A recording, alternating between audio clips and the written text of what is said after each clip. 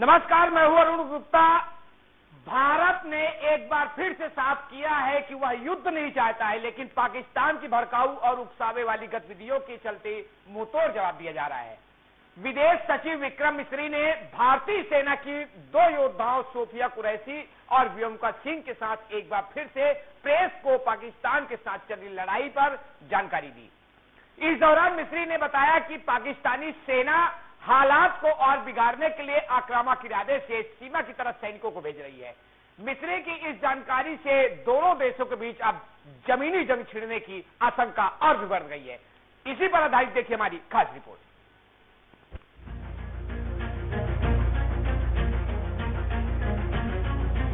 Pakistan army Bharat से सटी सीमा की तरफ अपने सैनिकों को मूव कर रही है। इससे ये लड़ाई बड़ी जंग में तब्दील होने की आशंका बढ़ रही है। दरअसल भारत ने एक बार फिर साफ किया है कि वो युद्ध नहीं चाहता, लेकिन पाकिस्तान की भड़काऊ और उकसावे वाली गतिविधियों के चलते मुंहतोड़ जवाब दिया जा रहा है। विदेश सचिव विक्रम मिस्री ने भारतीय सेना की 2 योद्धाओं सोफिया कुरैशी और व्योमिका सिंह के साथ एक बार फिर प्रेस को पाकिस्तान के साथ चल रही लड़ाई की जानकारी दी। इस दौरान मिस्री ने बताया कि पाकिस्तान सेना हालात को और बिगाड़ने के लिए आक्रामक इरादे से सीमा की तरफ सैनिकों को भेज रही है।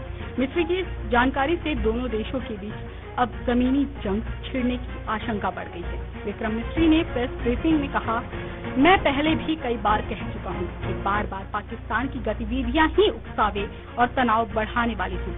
इसके जवाब में भारत ने हमेशा संयम और जिम्मेदारी के साथ प्रतिक्रिया दी है। पाकिस्तानी सेना स्थिति को और बिगाड़ने के लिए आक्रामक इरादे से अग्रिम इलाकों में सैनिकों को भेज रही है। कर्नल सोफिया कुरैशी ने आमतौर से बताया कि पाकिस्तान ने पश्चिमी मोर्चे पर कई सैन्य गतिविधियां की।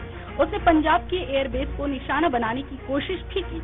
उन्होंने बताया कि पाकिस्तान ने लॉन्ग रेंज हथियारों, लोइटरिंग म्यूनिशन और फाइटर जेट को इस्तेमाल कर हमले करने की कोशिश की, लेकिन भारतीय बलों ने लगभग सभी प्रयासों को विफल कर दिया। इसके साथ ही उन्होंने कहा, सबसे गंभीर चिंता ये रही कि पाकिस्तान ने लाहौर से उड़ने वाले नागरिक विमानों का सैन्य मकसद के लिए दुरुपयोग किया। ये अंतर्राष्ट्रीय नियमों और मानवीय मूल्यों का घोर उल्लंघन है। इस बीच पाकिस्तानी सेना की तरफ से आदमपुर में भारत से S-400 सिस्टम को नष्ट करने के झूठे दावे भी किए गए, जबकि सच्चाई ये है कि भारतीय वायु रक्षा प्रणालियों ने पूरे हमले को मुंहतोड़ जवाब दिया। मेजर कर्नल कुरैशी ने कहा, हम पाकिस्तान की सेना को भारी क्षति पहुंचा चुके हैं, लेकिन अब भी हम तनाव नहीं चाहते। भारतीय सशस्त्र बलों ने बार बार दोहराया कि वे तनाव नहीं चाहते, लेकिन राष्ट्रीय सुरक्षा और नागरिकों की सुरक्षा के लिए हर आवश्यक कदम उठाया जाएगा। भारतीय वायुसेना की विंग कमांडर व्योमिका सिंह ने बताया कि पाकिस्तान ने कुल 26 ठिकानों पर हमले किए। इनमें मिलिट्री बेस के साथ-साथ रिहायशी इलाकों को भी टारगेट किया गया। हालांकि भारतीय सशस्त्र बलों की मुस्तैदी से चलते ज्यादातर हमले नाकाम रहे और नुकसान बेहद सीमित रहा।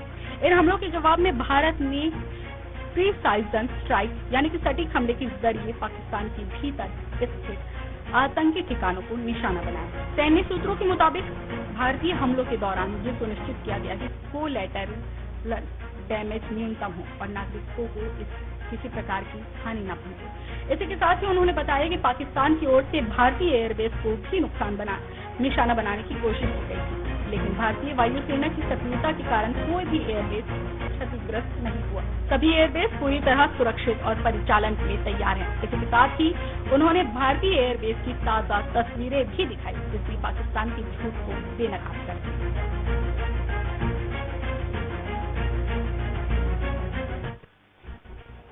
भारत और पाकिस्तान के बीच तनाव के मद्देनजर चीन अपनी परमाणु रिएक्टरों की सुरक्षा को लेकर चिंतित हो गया है। बिल्कुल, चीन ने एक रिपोर्ट तैयार की है जिसमें कहा गया है कि अभी चालू 102 परमाणु रिएक्टरों में से कुछ की सुरक्षा में सेंध लग सकती है।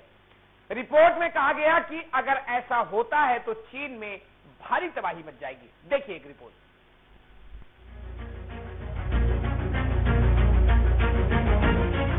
पाकिस्तान के खिलाफ भारत के एक्शन को देखकर चीन में भी डर का माहौल है। एक तरफ जहां चीन सेना के बड़े अधिकारियों ने पाकिस्तान के हथियार वाले दावे पर चुप्पी साधी है, वहीं दूसरी तरफ चीनी सेना को परमाणु रिएक्टर की सुरक्षा की भी चिंता सताने लगी है। साउथ चाइना मॉर्निंग पोस्ट के मुताबिक चीन की लिबरेशन आर्मी ने एक स्टडी की है। इसमें कहा गया कि युद्ध की स्थिति में उसके परमाणु रिएक्टर की सुरक्षा में सेंस लग सकती है। चीन ने ये रिपोर्ट यूक्रेन और रूस के बीच जंग को देखते हुए तैयार किया है। रिपोर्ट के मुताबिक चीन में अभी भी 102 परमाणु रिएक्टर चालू है। अधिकांश रिएक्टर दक्षिण चीन सागर के पास ही एक्टिव हैं। चीन की सेना का कहना है कि अगर युद्ध की नौबत आती है तो इनमें से कुछ रिएक्टर की सुरक्षा में सेंस लग सकती है। सेना से संबंधित इंजीनियरिंग यूनिवर्सिटी के एसोसिएट प्रोफेसर वांग फेंगशान की नेतृत्व वाली टीम का कहना है कि इन रिएक्टर को सुरक्षित रखना आसान नहीं है। ऐसे में पूरे चीन में तबाही मच सकती है। चीन के वैज्ञानिक अब इस बात का अंदाजा लगा रहे हैं कि ऐसी स्थिति में चीन को कितना नुकसान हो सकता है। चीन की दुश्मनी अभी ताइवान, जापान, फिलीपींस और भारत जैसे देशों से है। ताइवान और जापान ने तो चीन के खिलाफ मोर्चा भी खोल रखा है। चीन उन देशों की घेराबंदी जरूर करने में जुटा हुआ है, लेकिन उसकी राहें आसान नहीं है। ताइवान और जापान जैसे देशों को अमेरिका का समर्थन मिल रहा है, वहीं भारत खुद की मजबूत स्थिति में है। यही वजह है कि ड्रैगन को परमाणु रिएक्टर में सेंस लगने का डर सता रहा है। भारत से तनाव के बीच पाकिस्तान ने खुलकर चीनी हथियारों के इस्तेमाल करने की बात कही है। पाकिस्तान की सरकार का कहना है कि तनाव में चीन के हथियार हमारे लिए उपयोगी हैं। चीन ने पाकिस्तान के इस दावे पर चुप्पी साध ली है। चीन के विदेश मंत्रालय ने खुद को पाकिस्तान के दावे के अनावश्यक बताया है।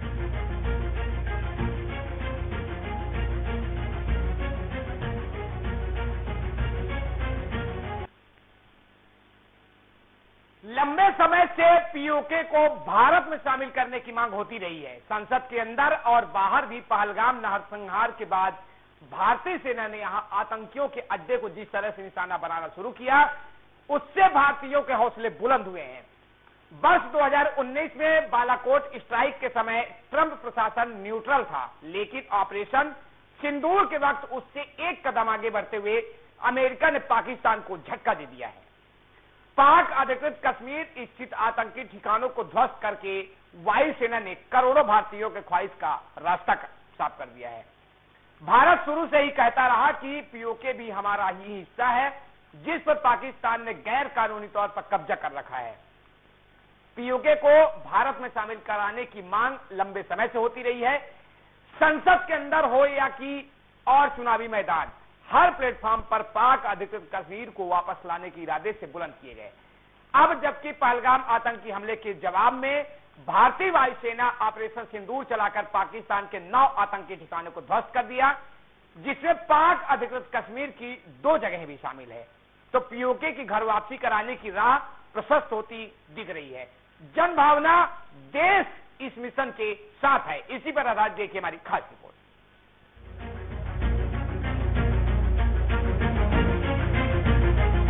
अमेरिकी राष्ट्रपति डोनाल्ड ट्रंप ने भी संकेत दिए हैं कि आतंकवाद को बढ़ावा देने वाले पाकिस्तान का साथ नहीं दिया जा सकता। ट्रंप मोदी की दोस्ती एक बार फिर रंगलाती दिख रही है, यानी कि पाकिस्तान हर मोर्चे पर लाचार है।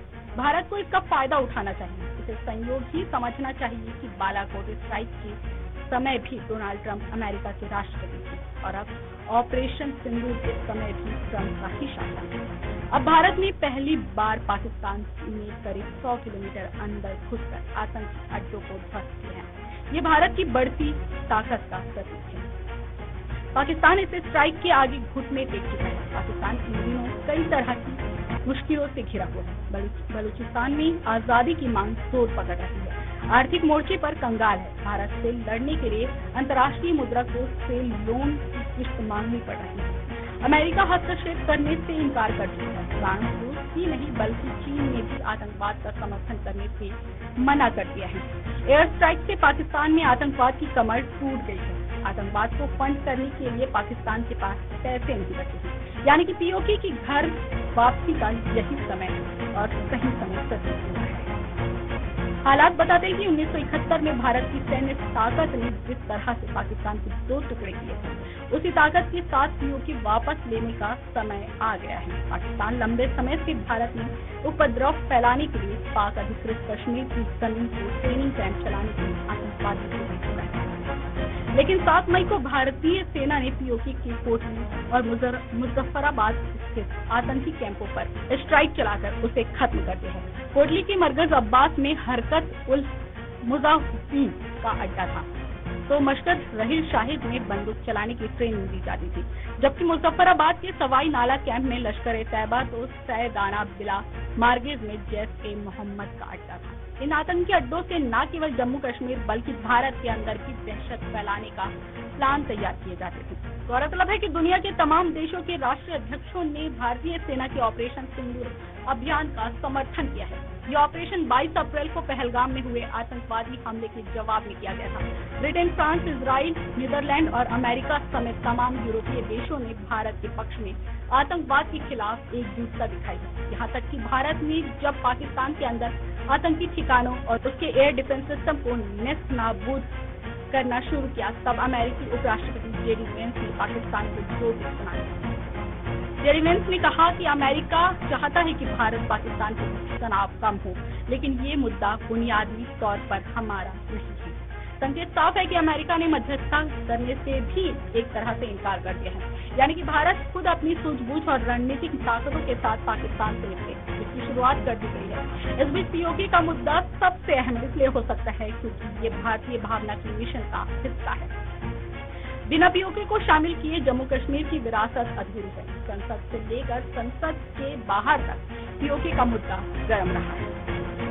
जम्मू कश्मीर के पुनर्गठन अधिनियम 2019 का मकसद भी पीओके में जुल्म के शिकार होकर इस बार आए शरणार्थियों को स्थायित्व प्रदान करना है। प्रधानमंत्री नरेंद्र मोदी, केंद्रीय गृह मंत्री अमित शाह और रक्षा मंत्री राजनाथ सिंह समेत कई सांसदों, मंत्रियों और नेताओं ने पीओके को भारत का हिस्सा माना है और उसकी वापसी को लेकर अपने विचार व्यक्त किए हैं। 2 जनवरी 2025 को दिल्ली में जम्मू कश्मीर एवं लद्दाख के इतिहास पर लिखी एक किताब के विमोचन कार्यक्रम में अमित शाह ने कहा था, कश्मीर में इन दिनों विकास ही विकास देखने को मिल रहा है। मेरा विश्वास है कि हमने कुछ भी गंवाया है उसे जल्द से जल्द वापस पा लेंगे। न केवल भौतिक विकास बल्कि हम कश्मीर की सांस्कृतिक ऊंचाइयों को भी बहुत ही जल्द प्राप्त करेंगे। इस दौरान उन्होंने अनेक प्राचीन ग्रंथों का हवाला देते हुए जम्मू कश्मीर और लद्दाख के एकीकरण पर जोर दिया।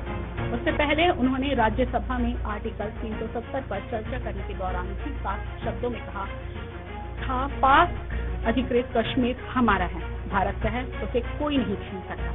वहीं लोकसभा चुनाव से पहले उन्होंने कहा, पाक अधिकृत कश्मीर भारत का ही हिस्सा है और वहां के लोग चाहे किसी भी धर्म के हो, वो भारतीय हैं। जिस जमीन पर पाकिस्तान ने कब्जा कर रखा है वो भारत का है, इसे वापस पाना हर भारतीय और हर कश्मीरी। गौरतलब है कि आतंकवाद के मुद्दे पर अमेरिका हमेशा से भारत के साथ खड़ा रहा है। रूस यूक्रेन युद्ध के मुद्दे पर भारत भले ही तटस्थ रहा, इसके बावजूद पीएम मोदी और प्रेसिडेंट डोनाल्ड ट्रंप का रिश्ता कमतर नहीं हुआ।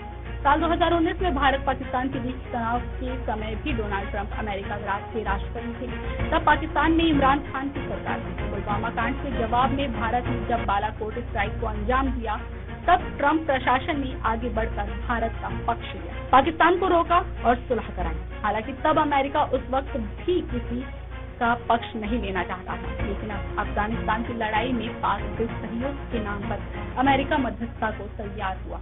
आज की तारीख में अमेरिका अफगानिस्तान और यहाँ तक कि यूक्रेन युद्ध का भी पक्षधर नहीं है। हालांकि चीन अब भी अमेरिका के लिए एक मजबूत प्रतिपक्षी देश है। चीन के विस्तारवाद को रोकने के लिए अमेरिका पाकिस्तान की बजाय अब भारत से ज्यादा नजदीकी बनाए रखना चाहता है। अमेरिका को पता है कि दक्षिण एशिया में भारत तेजी से उभरती ताकत है। अब ऑपरेशन सिंदूर की कामयाबी से भारत दुनिया के मंच पर पहले से ही कहीं ज्यादा सीना तान कर खड़े रहने वाला देश बन गया है। सारे हालात को देखते हुए पीओके को शामिल कराने का इससे बेहतर कोई उपयुक्त समय नहीं लगता।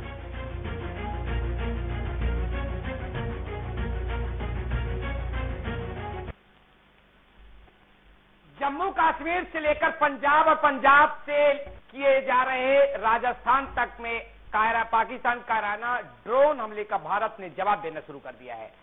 पाकिस्तान की आर्मी ने सुबह खुद दावा किया कि उनके 3 एयरबेस को निशाना बनाया गया है। ये तीनों एयरबेस पाकिस्तान के पंजाब प्रांत में हैं। इनके नाम नूर खान एयरबेस, मुरीद एयरबेस और सोरकोट एयरबेस है।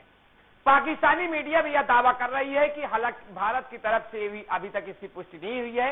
ऑपरेशन सिंदूर से बौखलाया पाकिस्तान जम्मू कश्मीर, अमृतसर सहित राजस्थान के बॉर्डर से सटे शहरों को निशाना बनाने की कोशिश कर रहा है। लेकिन हिंदुस्तान की आर्मी किस तरह से कर रही है वह देखिए इस रिपोर्ट में।